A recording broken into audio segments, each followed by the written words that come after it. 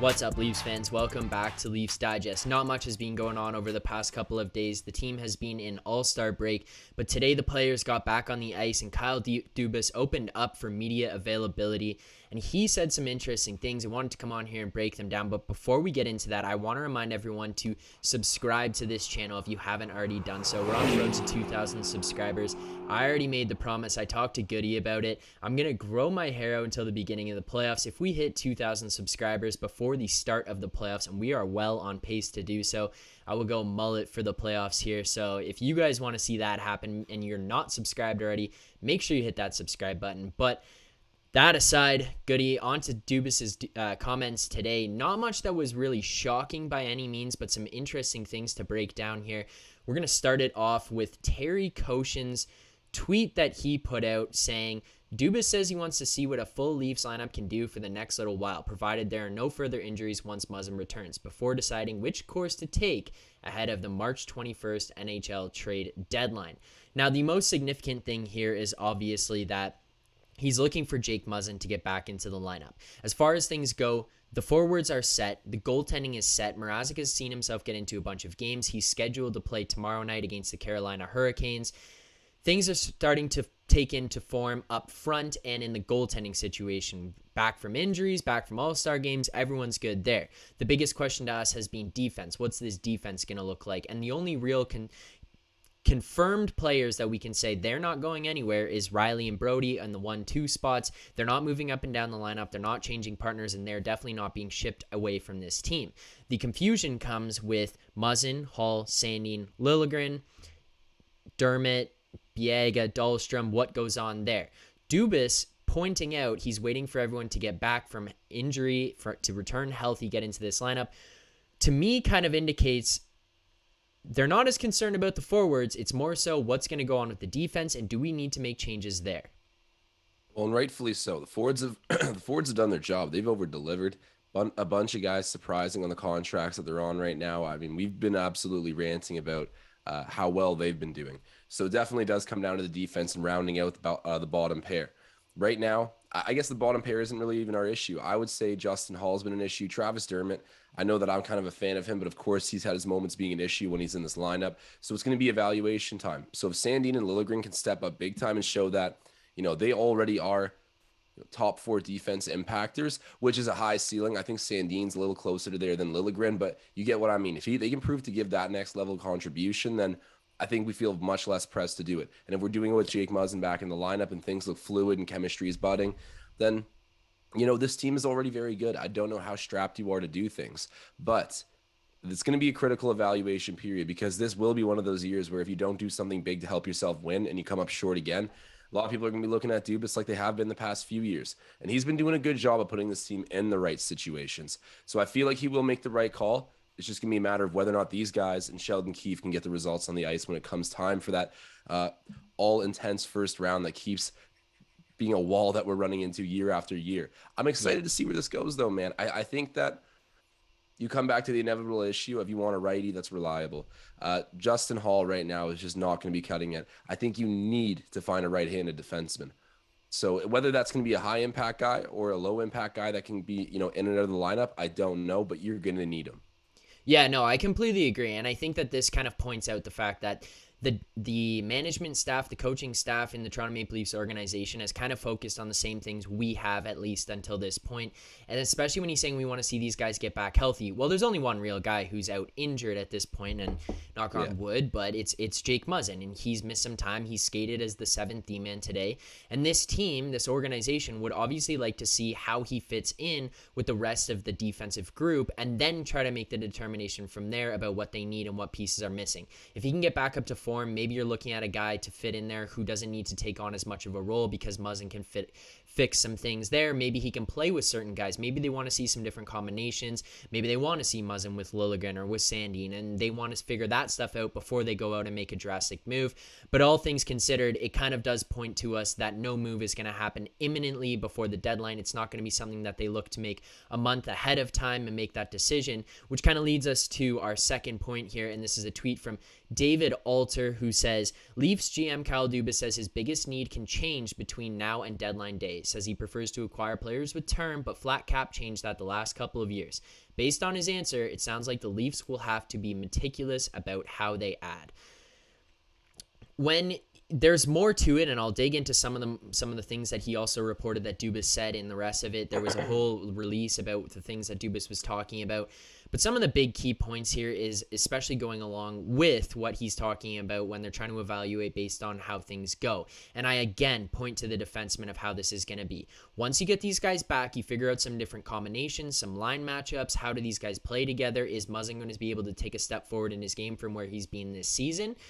That can start to determine maybe we don't need as much as we thought we did right now. Maybe tomorrow or a week from now, Muzzin gets into the lineup and he looks good again, and you go, okay, we're moving forward. We don't need as much defensive help. We don't need the biggest name. We don't need this. Another key point, though, that he brought up was acquiring players with term.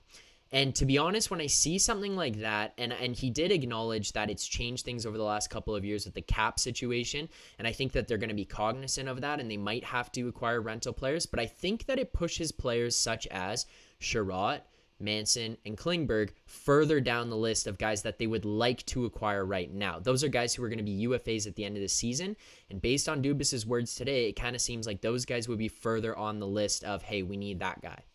No, that's fully the takeaway from these reports. Like, if Leafs fans want to know, okay, what are you telling me has changed now post this report? I'd say it's those big names are probably no longer in the conversation at all. Of course, like, things can change quickly, and if this team needs to make an upgrade, I'm sure Kyle Dubas will kick the tires at least and try to get something done. But in my opinion, we're looking at like a 90% chance those guys are not touched this year on the trade deadline by the Leafs. I think they want to go for a guy like Chychrun. I think Chychrun for them is like everything they want in a defenseman, and really young. He's going to come with term beyond this year. Yeah, three more after that to them this is one.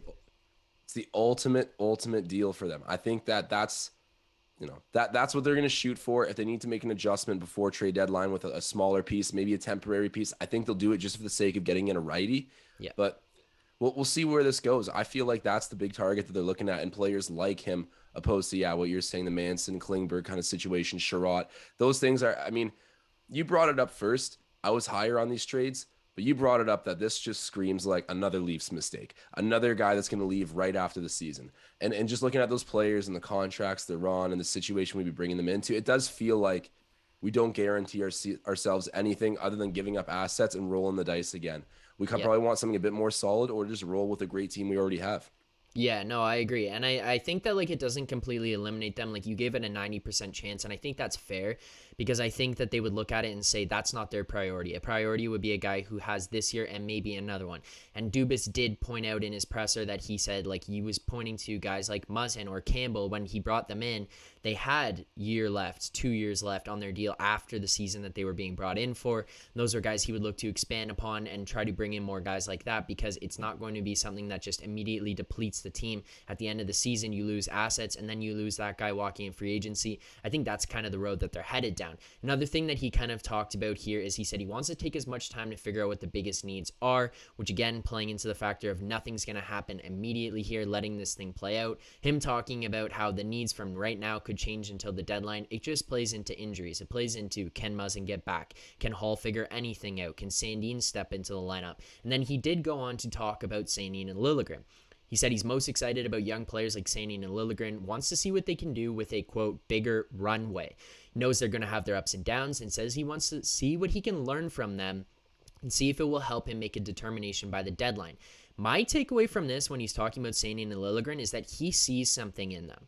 He sees them being able to take a step forward. And if you haven't seen my video the other day, I talked about Sandin and his potential to move up into the top 4. So if you haven't watched that, you can go watch that now. Just strictly talking about Sandin if it's time for him to move up.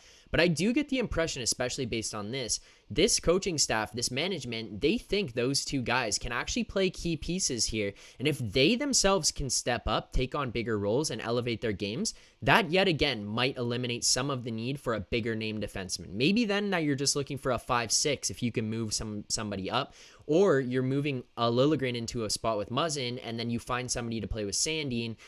You're not looking to add as many pieces, and now you can have a more balanced bottom 4 of your defense core. Yeah, no, definitely. I think that it's going to be a critical evaluation period, and Dubas definitely believes in those guys.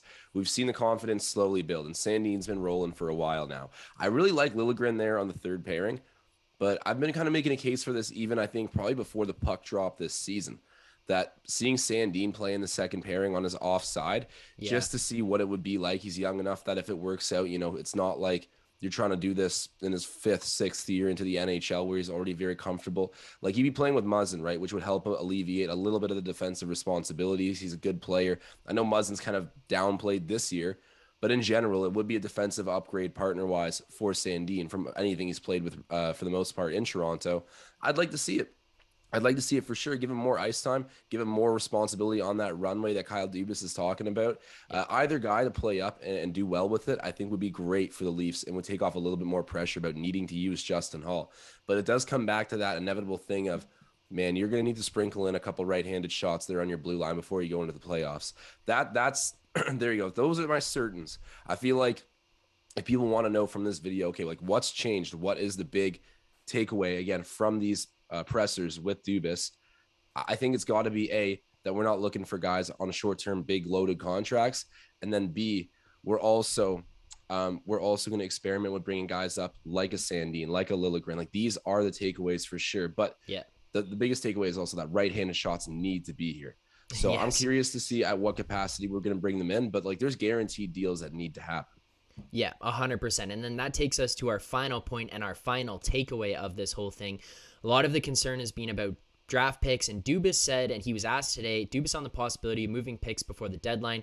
We're in a mode now where we're trying to win. Ideally would like to keep picks, but will use if required.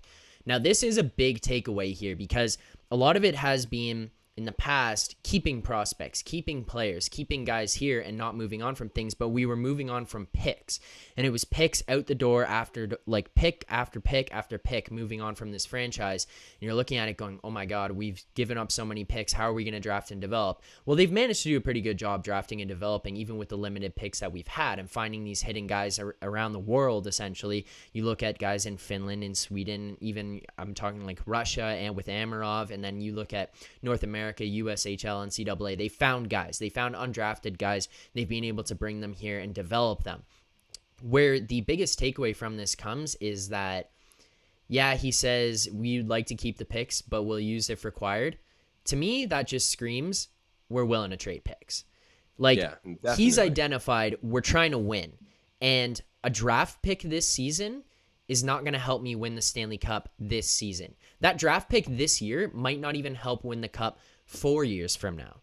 That is a long-term down the road thing, and this team is not built for we're trying to win down the road. The Ottawa Senators, they want to keep picks and not give up guys at the deadline because, yeah, they're a decent team. They can win some games, but they're not in a position to go selling picks when they need those guys to be coming into the system in the next couple of years. This Leafs team and what Dubas identified today is that they're willing to do so. They will move on from those picks, and they will try to figure some things out in order to up the level of this team.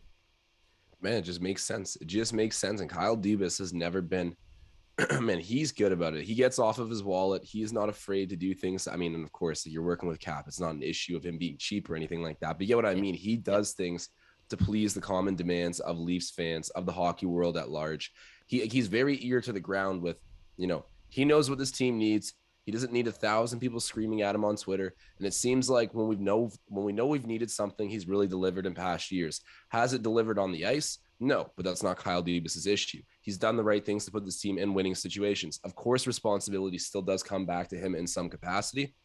However, I think that when you're talking about dealing draft picks to help yourself win now, that's a no-brainer. Kyle Dubas will be doing that, even though he's like, we're okay with moving, draft picks for some assets coming back in.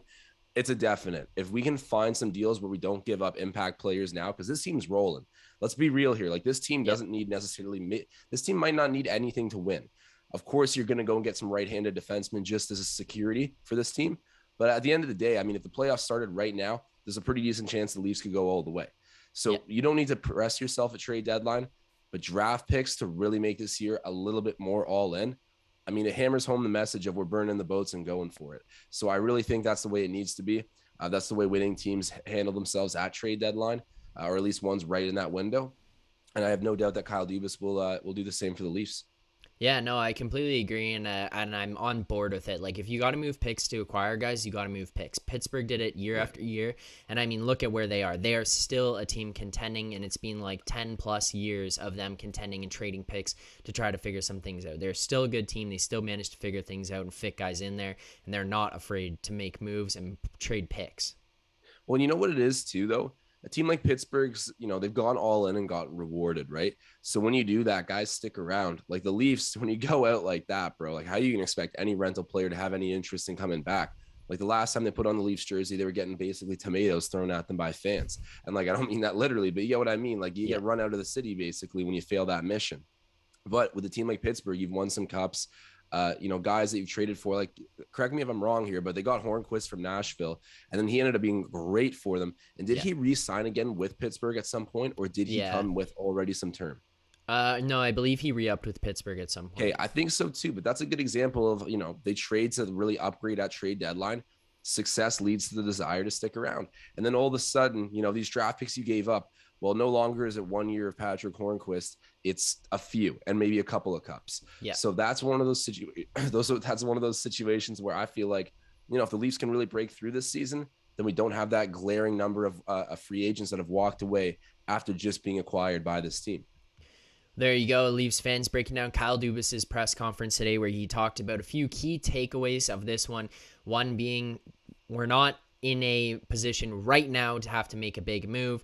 The other being, we're going to see how this plays out and pushing some of these guys up with Sanian and Liljegren, see if they can take on some bigger roles. And I guess kind of one of the final things being that picks will be on the table. It's ideally not having to trade some picks to be able to acquire guys or for this team to be able to make a run, but they are on the table if things happen. So Leafs fans, let us know below what you think about what Kyle Dubas said today. If you think he was wrong in what he said, if he should have been preaching some different things out there, and then most importantly, what guys would you like to see us go out and acquire at the deadline? And remember, if you have not subscribed already, make sure you hit that subscribe button. We're on the road to 2,000 subscribers. Thank you guys so much for supporting along the way. We're getting close, and as I said, growing the hair out. So if we get it before playoffs here, I'll get a mullet with you.